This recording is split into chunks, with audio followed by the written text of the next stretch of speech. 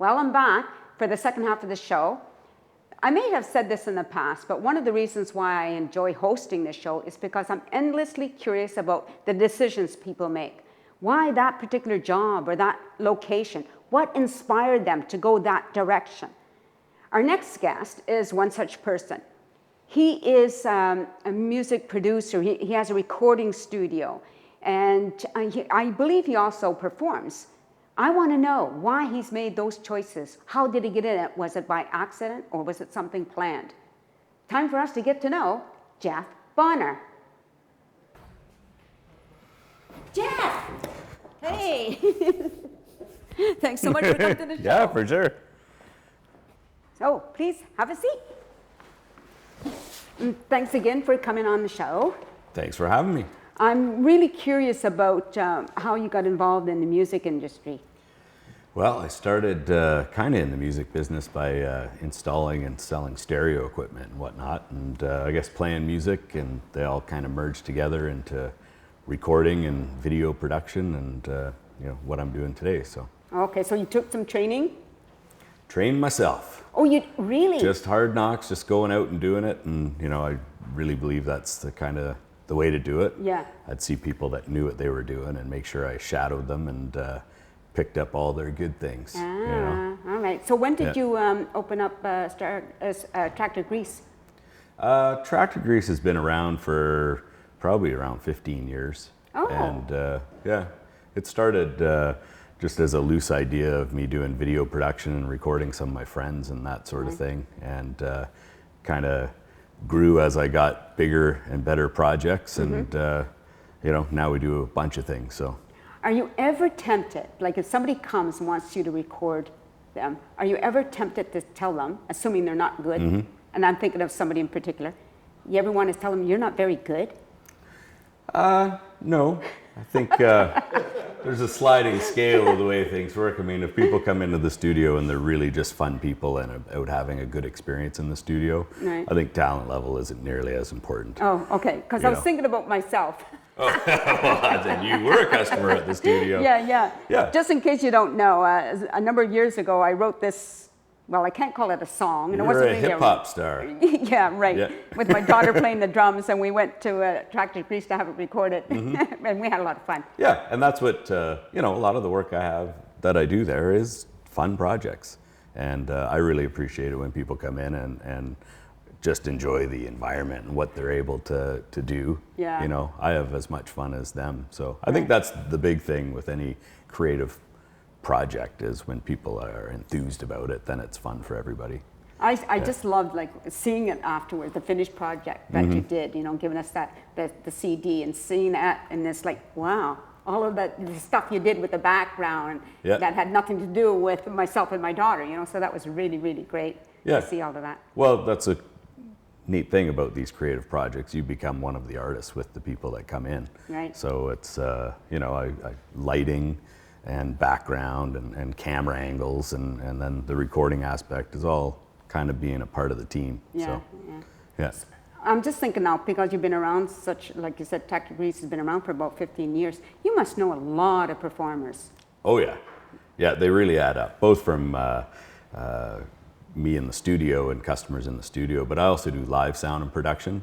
So at all these community events that you have going around, I rent out stages. So I'm seeing performer after performer at these events as well. So, which helped me a lot when I opened up Tractor Grease Cafe, because I already had a lot of connections to hire as far as talent goes. Okay, so for those people who don't know about Tractor Grease Cafe, tell them about it, where it is, and what you do there. Yeah, well, it was the last thing I added to what I do with Tractor Grease, and we call it Tractor Grease Cafe just to keep the same name. But we are a restaurant up Chilliwack Lake Road. It's 6 kilometers up the road from the Vetter Bridge, so it's not very far. And we're all about healthy food and great music.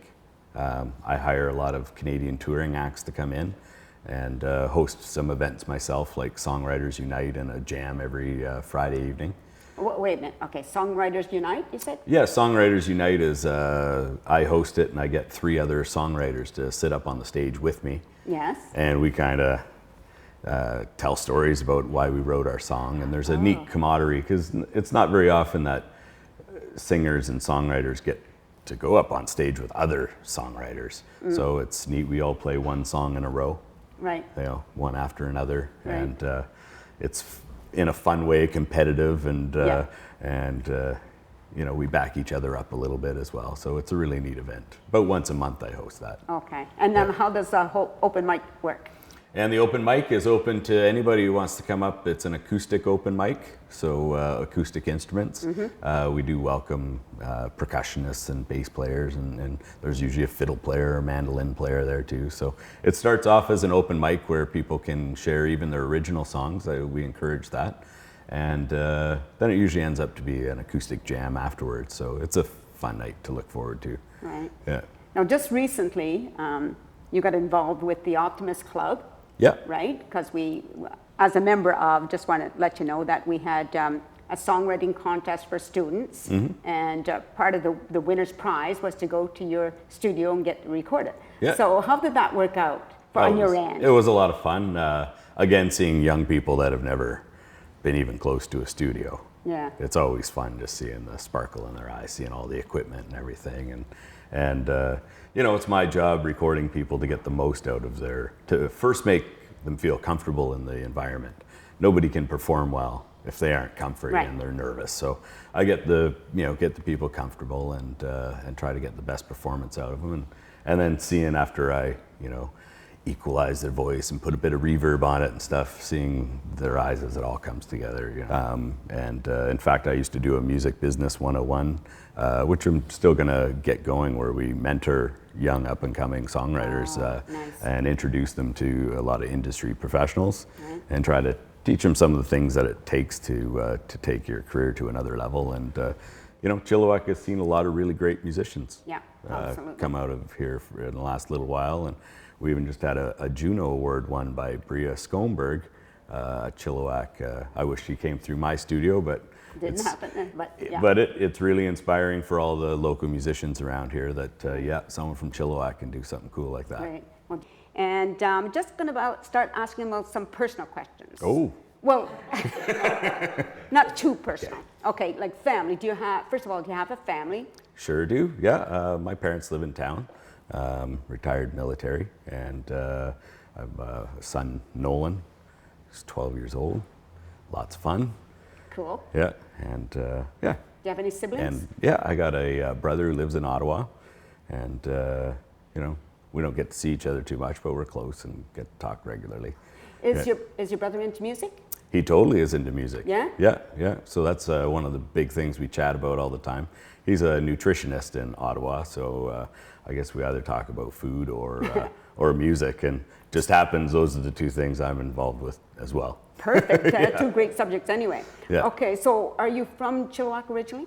Well, as a military kid, I did live in Chilliwack when I was young, and moved away to a few different places. I lived in Germany and Baden, and then graduated in Summerside, Prince Edward Island. And then now I've been here for 20 years, and I definitely call Chilliwack home. Yeah. But I imagine you don't have a lot of free time, right? A lot of leisure time? Yeah, it sure hasn't been since we opened. Everyone told me you open up a restaurant and say goodbye to your personal time.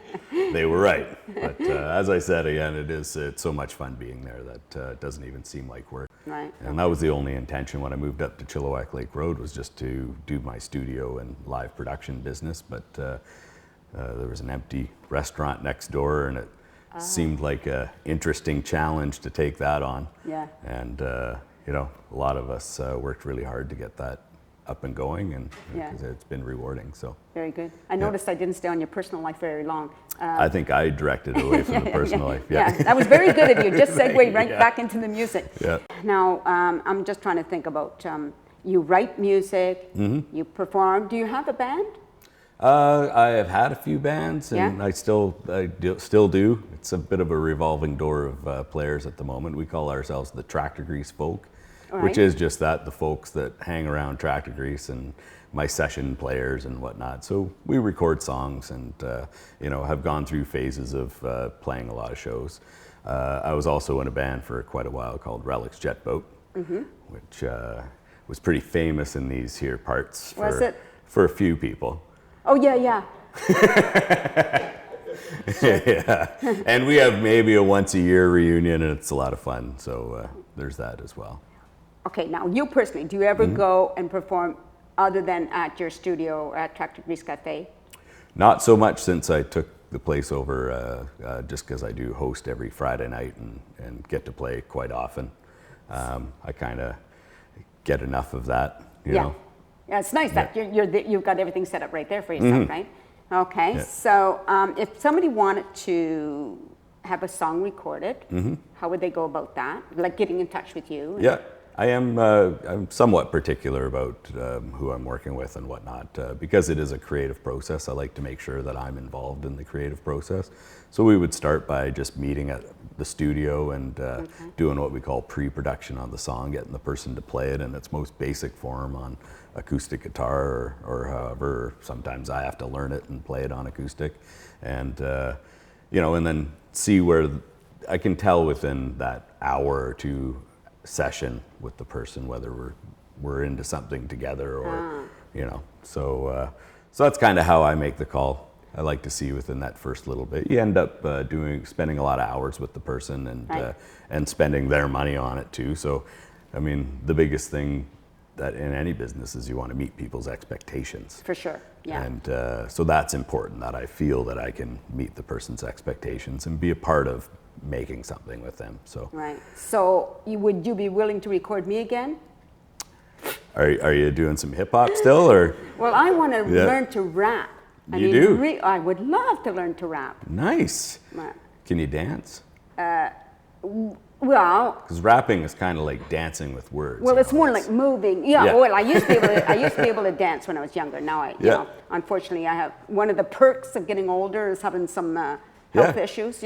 Well, I have a lot of fun with doing a variety of projects. Some projects I'm doing is more of a lesson-based thing of getting people up to the point of performing or recording. And cool. So, take a variety. As long as you got a smile on your face and you're eager to learn. I love to learn. Yeah. That's fun.